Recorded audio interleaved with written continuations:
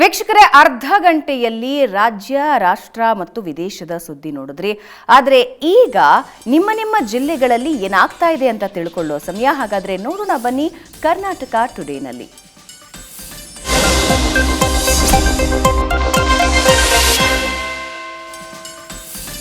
ಕರ್ನಾಟಕ ಟುಡೇನಲ್ಲಿ ನಿಮ್ಮ ಜಿಲ್ಲೆಗಳಲ್ಲಿ ಏನೇನು ಕಾರ್ಯಕ್ರಮ ಇದೆ, ರಾಜಕೀಯೇತರ ಸುದ್ದಿಗಳೇನೇನಿದೆ, ಹಬ್ಬ ಇದೆಯಾ, ಇವೆಲ್ಲದರ ಬಗ್ಗೆ ತಿಳಿಸ್ತೀವಿ.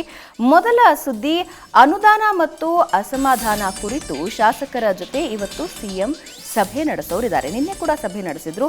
ಇವತ್ತು ಆ ಸಭೆ ಮುಂದುವರಿಯುತ್ತೆ. ಬೆಳಗ್ಗೆ 10 ಗಂಟೆಗೆ ಮೀಟಿಂಗ್ ಆರಂಭ ಆಗುತ್ತೆ. ಸಿಎಂ ಇರ್ತಾರೆ, ಸಚಿವರಿರ್ತಾರೆ, ಹಾಗೆ ಕಾಂಗ್ರೆಸ್ನ ಶಾಸಕರು ಈ ಸಭೆಯಲ್ಲಿ ಭಾಗಿಯಾಗ್ತಾರೆ.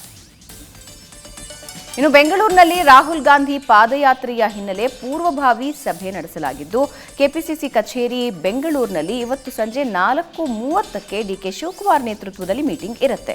ಡಿಕೆ ಶಿವಕುಮಾರ್ ರಾಮನಗರ, ಬೆಂಗಳೂರು, ಮಂಡ್ಯ, ಕೋಲಾರ, ಚಿಕ್ಕಬಳ್ಳಾಪುರ ಜಿಲ್ಲೆಗಳ ನಾಯಕರು ಇದರಲ್ಲಿ ಭಾಗಿಯಾಗ್ತಾರೆ.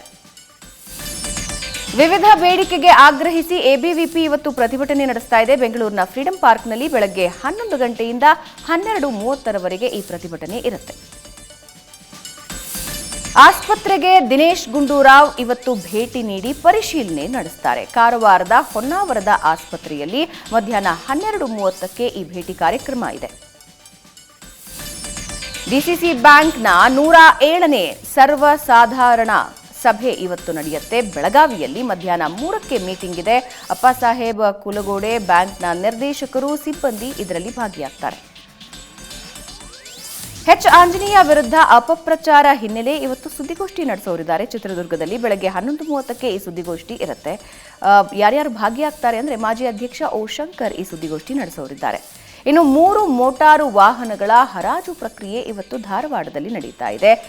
ಸಂಜೆ 4 ಗಂಟೆಗೆ ಈ ಹರಾಜು ಪ್ರಕ್ರಿಯೆ ನಡೆಯುತ್ತೆ.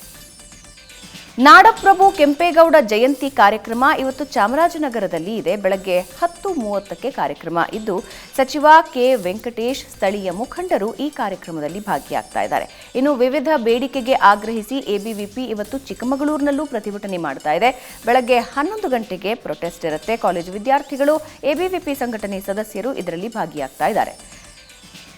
ಮಾನವ ಕಳ್ಳ ಸಾಗಾಣಿಕೆ ತಡೆಗಾಗಿ ಕಾರ್ಯಾಗಾರ ಇವತ್ತು ಬೀದರ್ನಲ್ಲಿ ನಡೀತಾ ಇದೆ. ಬೆಳಗ್ಗೆ 11 ಗಂಟೆಗೆ ಈ ಕಾರ್ಯಕ್ರಮಕ್ಕೆ ಚಾಲನೆ ನೀಡ್ತಾರೆ. ಡಿಸಿ ಶಿಲ್ಪಾ ಶರ್ಮಾ, ಸಿಇಒ ಗಿರೀಶ್ ಮತ್ತು ಅಧಿಕಾರಿಗಳು ಈ ಕಾರ್ಯಕ್ರಮದಲ್ಲಿ ಭಾಗಿಯಾಗ್ತಾ ಇದ್ದಾರೆ. ಇನ್ನು ದೇವದುರ್ಗ ತಾಲೂಕಿನ ಟೋಲ್ಗೇಟ್ ತೆರವಿನ ಬಗ್ಗೆ ಇವತ್ತು ಸಭೆಯಾಗುತ್ತೆ. ಬೆಂಗಳೂರಿನಲ್ಲಿ ಬೆಳಗ್ಗೆ 10:30ಕ್ಕೆ ಈ ಮೀಟಿಂಗ್ ನಡೀತಾ ಇದೆ. ಜಿ ಕೆರಮ್ಮ ನಾಯಕ್, ಪಿಡಬ್ಲ್ಯೂಡಿ ಸಚಿವರು ಈ ಸಭೆಯಲ್ಲಿ ಭಾಗಿಯಾಗ್ತಾ ಇದ್ದಾರೆ. ವಿಜಯೇಂದ್ರ ನೇತೃತ್ವದಲ್ಲಿ ಪೂರ್ವಭಾವಿ ಸಭೆ ಇವತ್ತು ನಡೀತಾ ಇದೆ.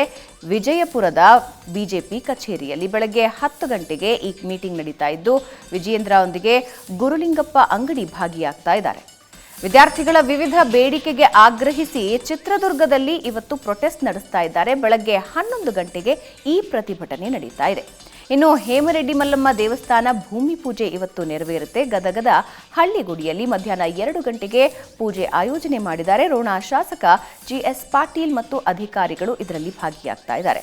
ಇನ್ನು ನೀತಿ ಆಯೋಗದ ಸಂಪೂರ್ಣತಾ ಅಭಿಯಾನ ಕಾರ್ಯಕ್ರಮ ಇವತ್ತು ಯಾದಗಿರಿಯಲ್ಲಿ ನಡೀತಾ ಇದೆ. ಮಧ್ಯಾಹ್ನ 12 ಗಂಟೆಗೆ ಈ ಕಾರ್ಯಕ್ರಮ ನಡೀತಾ ಇದ್ದು, ಸಚಿವ ಶರಣಬಸಪ್ಪ ದರ್ಶನಾಪುರ ಮತ್ತು ಅಧಿಕಾರಿಗಳು ಇದರಲ್ಲಿ ಭಾಗಿಯಾಗ್ತಾ ಇದ್ದಾರೆ. ಸಾರಿಗೆ ನೌಕರರ ಬೇಡಿಕೆಗೆ ಆಗ್ರಹಿಸಿ ಇವತ್ತು ಪ್ರೊಟೆಸ್ಟ್ ನಡೀತಾ ಇದೆ.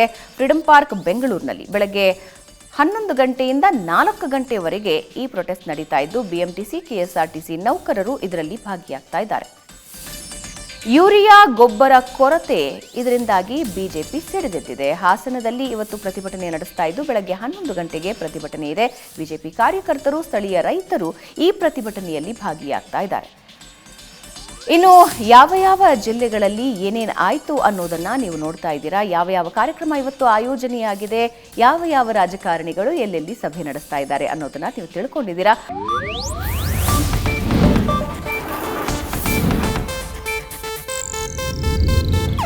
ಇದು ಏಷ್ಯಾನೆಟ್ ನ್ಯೂಸ್ ನೆಟ್ವರ್ಕ್ ಪ್ರಸ್ತುತಿ.